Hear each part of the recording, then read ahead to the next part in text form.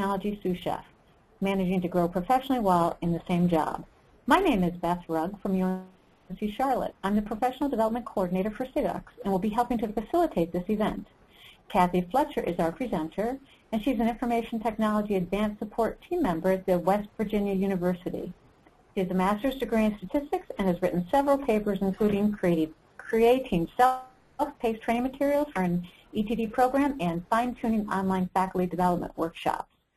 Before we jump into the webinar, let's just go over some information about how the tool works. By default, all attendees are muted, and that helps us manage conversations and keep the background noise away.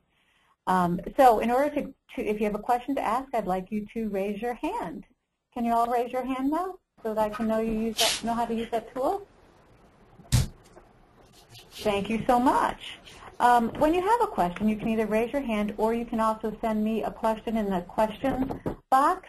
So if you can go ahead and say hi now, I will know that you know how to use that feature. Just send me a question by saying hi. Okay.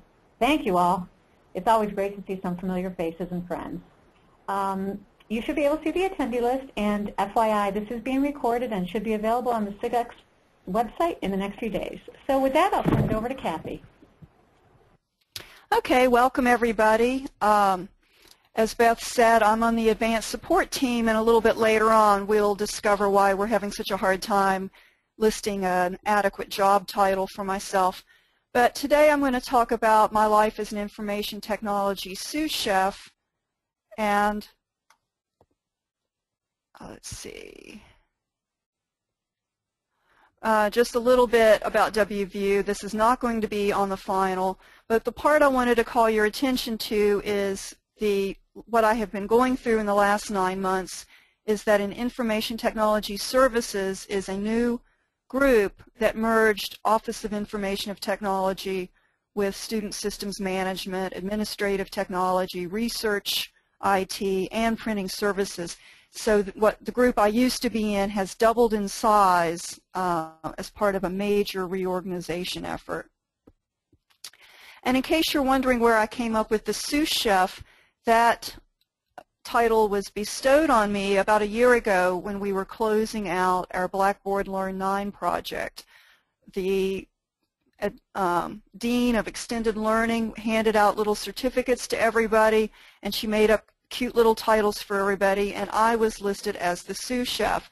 And at first, because of what French I know, I saw the word sous and I thought, oh, I'm an underling, you know, I'm just a little helper bee, and I was feeling a little bit dismayed by that. And then I decided to look in Wikipedia and find out what a sous chef really is, and felt a lot better about being titled that. It's a supporting role, but it's also very critical to success. So just as a sous chef in the kitchen is critical to the success of a restaurant, I feel like my role in the Learn 9 project and other things that I've done at WVU, my supporting role has been critical to the success of faculty, researchers, students trying to finish their degrees. Sous chefs train the kitchen staff. Up until late April, I was also a trainer on campus and had been a trainer since 1986. And I served as a liaison between the faculty and the project team, just as a sous chef is between the head chef and the kitchen staff.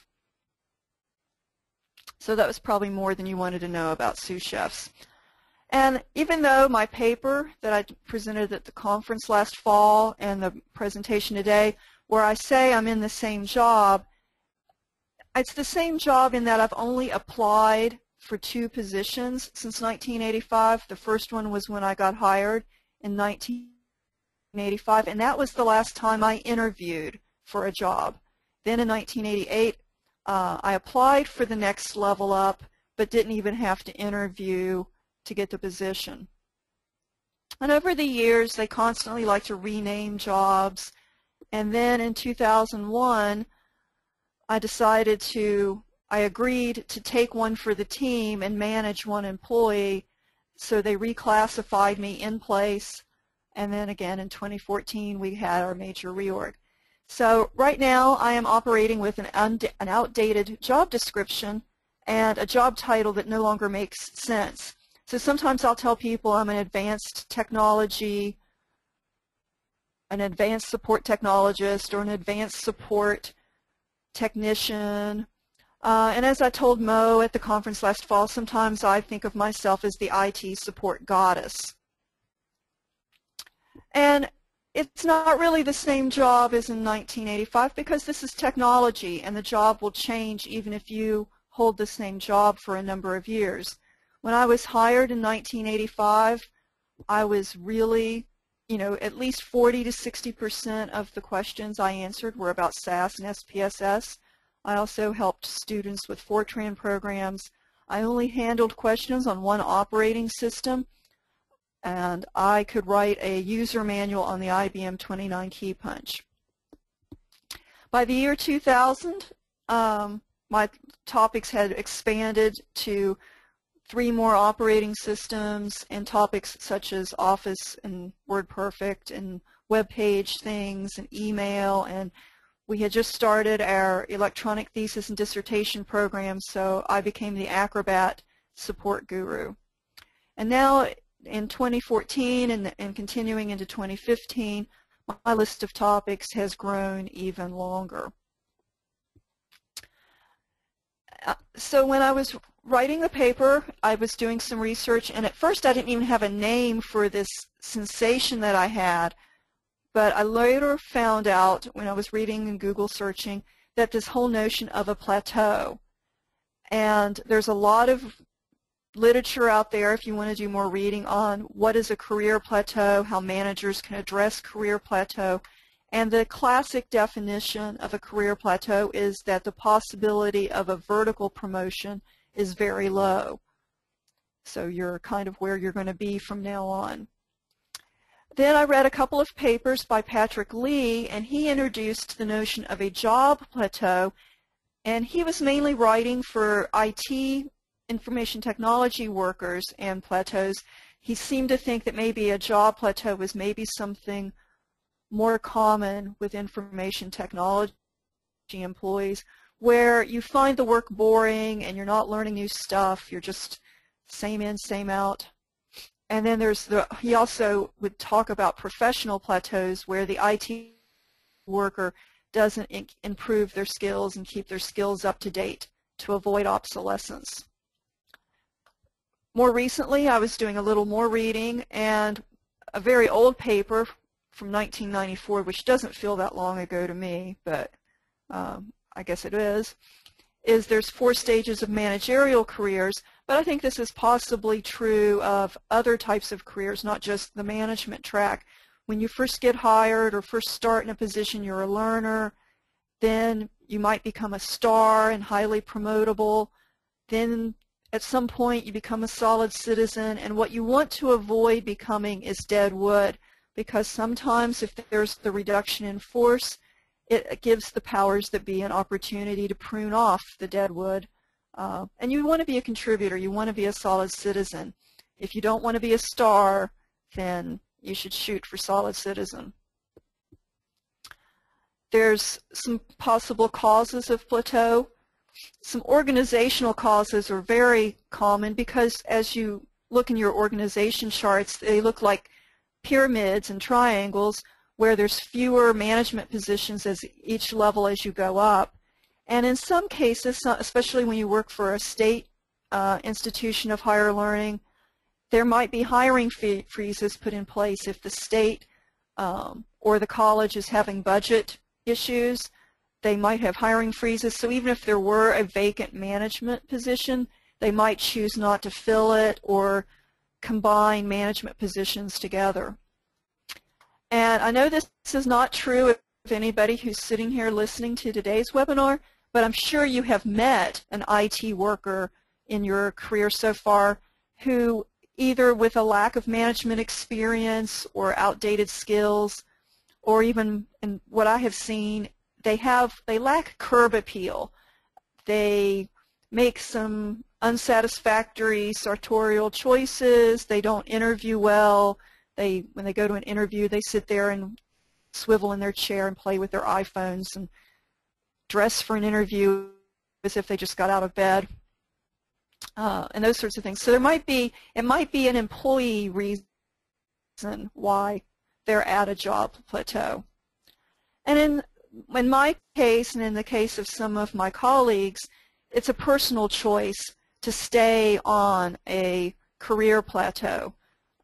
You don't want to be a management person. You want to retain certain job benefits. Maybe you're tied to the local area. Maybe for you to get a higher level job, you're going to have to move to another college, or you're going to have to be willing to do more travel or work longer hours.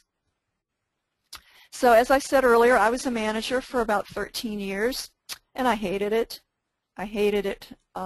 It was always my least favorite part of my job, and I felt like it was the 20% of my week I spent on management tasks was more painful than the 80% I did on everything else.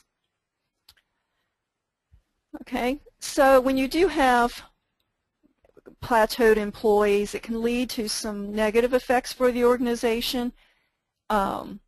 They end up with employees with outdated skills, so then they have to hire consultants or external candidates to get the skills they need to respond to new projects.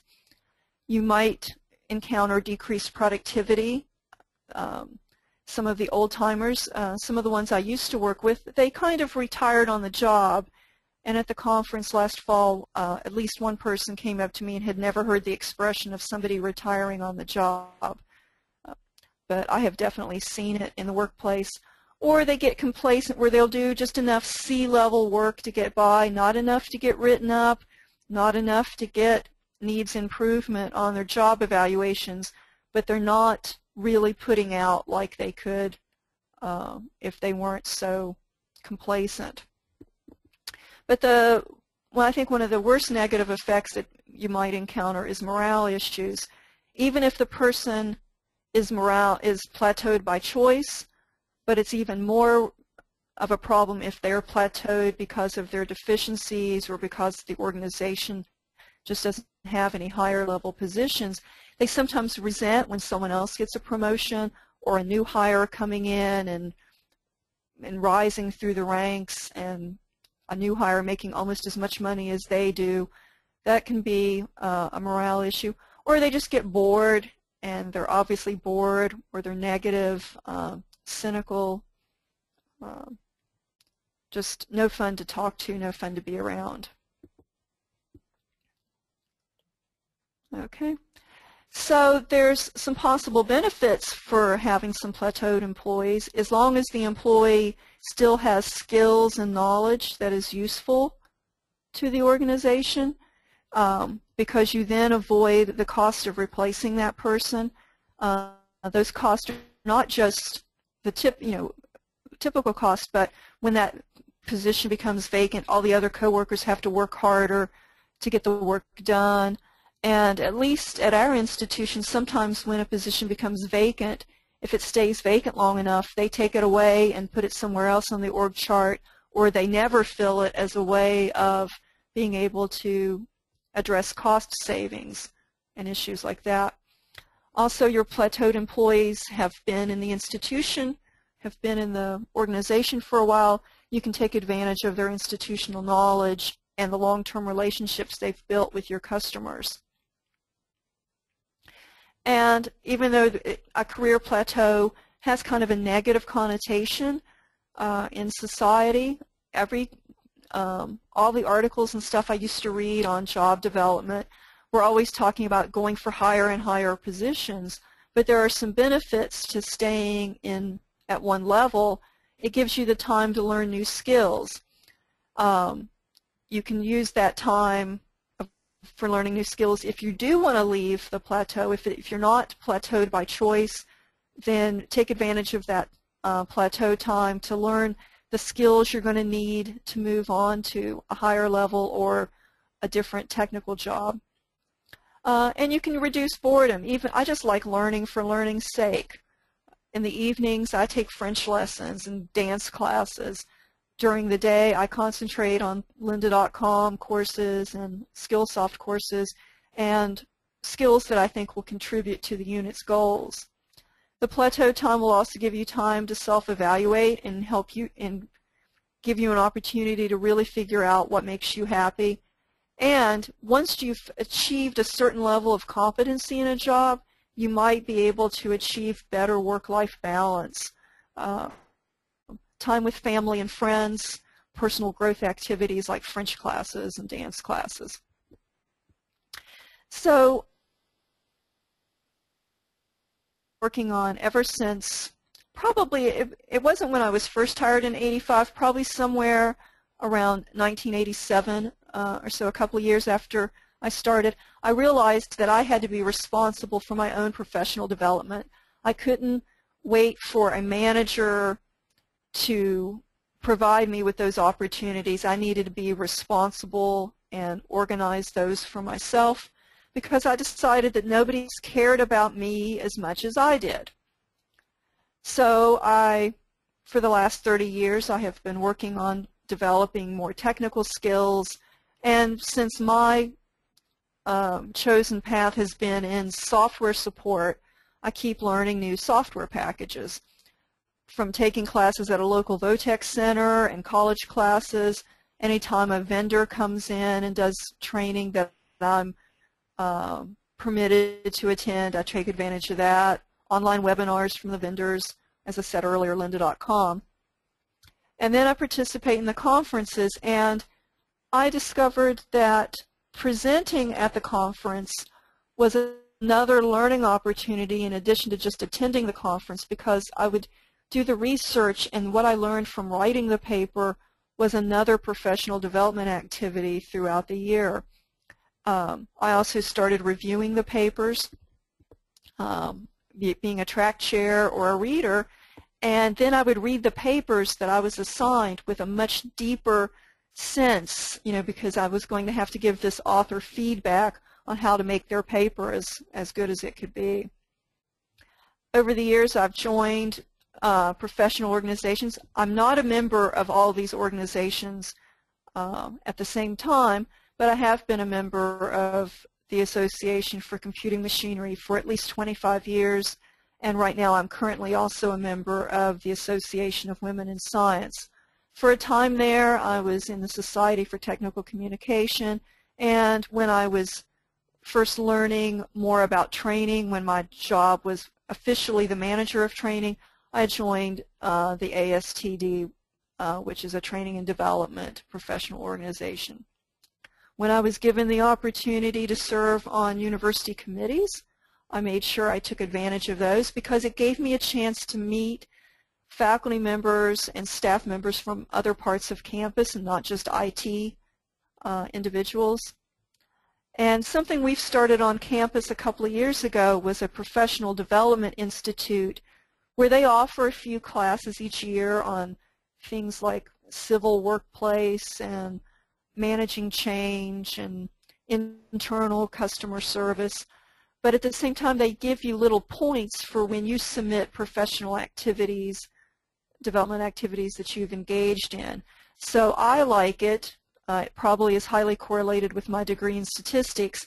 I like being able to document formally all of my own self-directed professional development activities, because you can get points for books and attending conferences and making presentations and attending webinars. And then I had attended at one of the SIGUCCS conferences, I had attended a Birds of a Feather session on the mentoring program, and I didn't join the first cohort, but when it was time to apply for the second go-round, I put in my application and was accepted, and so during 2014 I had a mentor, and it was a really good year to have a mentor, with my world being turned upside down, with no longer being a part of training and focusing on doing 100% advanced technical support and project support. It was good to have a mentor, somebody completely external to the organization that I could bounce ideas off of and get good, stable, sound advice.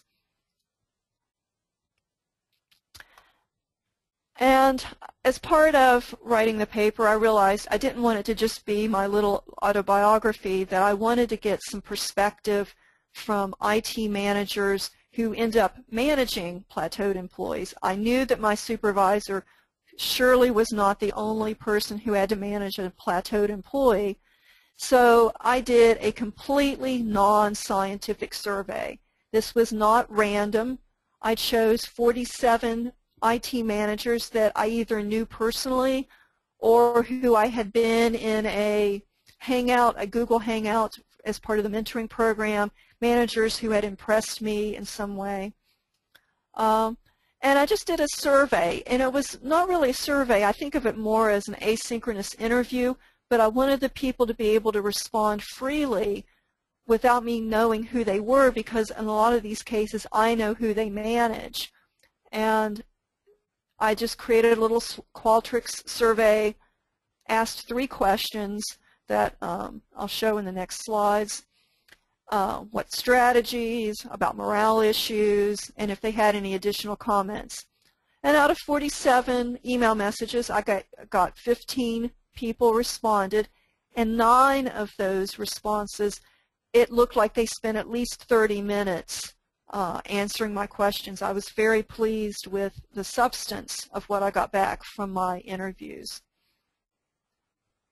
So some of the strategies that my IT managers used when dealing with their own plateau, and also as part of the outgoing email message, I explained what I meant by a plateaued employee, so they didn't have to guess what I was looking for.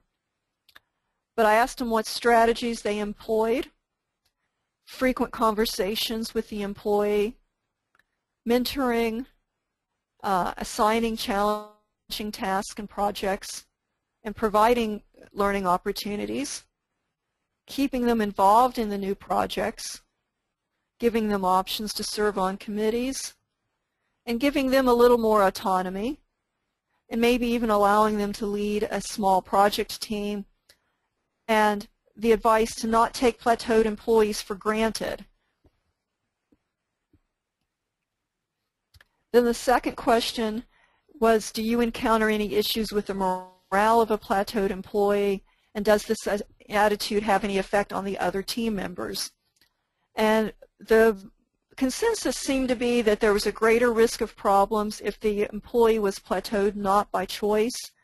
And in some cases, the employee had a negative attitude, and the negative attitude was part of why they were on a plateau, that they were not considered promotable because they were projecting themselves in a negative fashion.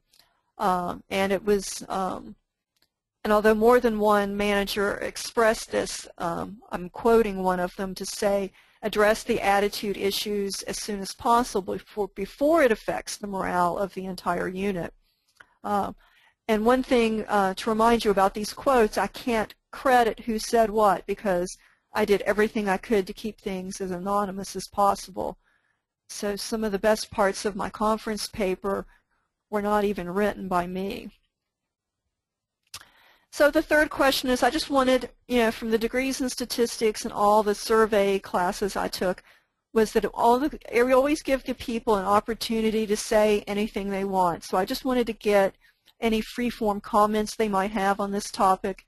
One of my IT managers felt like it was important to help the people grow and achieve their career goals, even though the unit might suffer a loss if that person gets promoted or takes a job in another institution or unit on campus.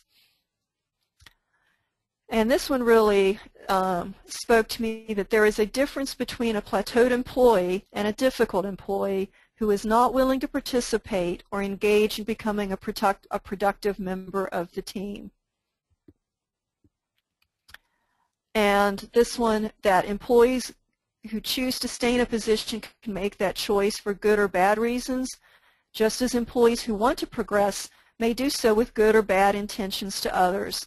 The manager must take an active stance with all of the employees to keep them engaged, productive, meeting the unit's mission, and informed.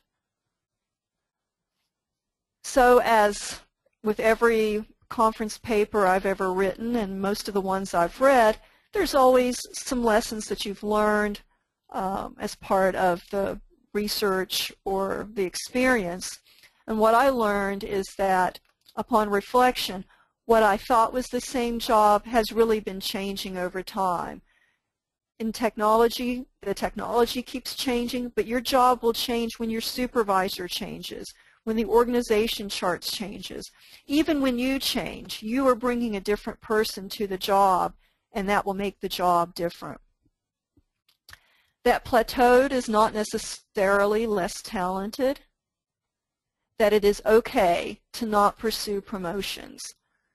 You don't have to feel bad because you don't want to be a manager or a higher level manager than the management job you already have. That it's important to continue to invest in learning new skills. You don't want to be dead wood. You don't want to be obsolete. And you need to stay engaged and productive. And I would like to think that you also want to kind of stay positive, or at least project a positive feel to things, because negative people are just no fun to be around. Positive people are the ones who get to be on the fun project teams. And I also learned that I am not alone. I learned that from the readings and the research, but I also learned it from talking to people who attended the presentation in Salt Lake City with the personal comments that afterwards it's like, I am not alone in this. I'm not the only person in the world who has deliberately chosen to hit a career plateau. After I wrote and submitted the paper and it had gone through all of its editing, my consciousness was still kind of keyed into things about career plateaus. So on LinkedIn, I found a paper. There was somebody, they give you a list of the top 10 papers you should read today. And there was this article on how to choose the version of success that fits you best, and talking about Dharma and the like. But the reasons why you know you're on the right track. You welcome the next challenge. You enjoy what you're doing. There's always something new to learn. You feel like you're being true to yourself, that you're placing more importance on feeling fulfilled than the external rewards, and that when you look around, your surroundings fit the life you want to live. So I know that that's a really ghastly URL up there, but if you want to read the entire article, just Google search LinkedIn and how to choose the version of success and the author's name. Some combination of that. I checked today, it is still out there and active. And a quote popped up when I was cleaning out my cube as part of the reorganization. I switched from one physical office to another physical office, and this popped up on a wellness newsletter, and I think it really speaks the truth that even if you're on the right track, you'll get run over if you just sit there. So growth is important. Even if you feel firmly rooted, you still want to grow. The slides will make sure that the people who attend get a link to the actual slides for the URL for the things. Or if you Google search me, the conference paper is in the ACM digital library that you can read when it's useful to you. So when I was at the conference, we had discussion time. I'm through dragging you through PowerPoint slides. If anybody has any questions, this is a good time for that. And I'm going to turn it over to Beth to manage that. Thank you, Kathy. I am amazed. I find this perspective a really interesting and personally an intriguing perspective, right? And the fact that you could kind of acknowledge where you're at, but really focus on the value that is. I'm very struck by that. And I think it is so important that you still bring value to your organization. Have you been able to share this internally with the folks that you work with? Yeah, when the webinar was announced, I shared it with my supervisor and my director, including the links to the digital library paper and the links to my SlideShare slides. And it got sent out to all the IT employees that, the 230 of us that are on this listserv list at work. And then I also, as part of my IRB protocol, when I had to write out, well, what would be any benefit for somebody to respond to my survey, I went back to the 47 people I emailed and emailed them the links to the paper, and I think maybe the PowerPoint slides too, because I didn't know which people actually responded, so all 47 people got a personal link. And people I met at the conference, I would email them personal follow-up just so they didn't have to wait, because there was a bit of a delay between the conference and the digital library type thing. But I am not a human resources expert. I have never taken a management class in college. I am speaking solely from personal experience and from my heart. I have no goals or desires to pursue human resources as a career path. Thank you, Kathy. I'm still, I think this is one of those topics that people may just be turning over in their head. We haven't had any questions come in yet, so I'll just repeat. Does anyone have any tips or tricks, or any other tips or tricks that Kathy perhaps hasn't mentioned? If you just want to kind of send it to me via the question, I can share it with the group.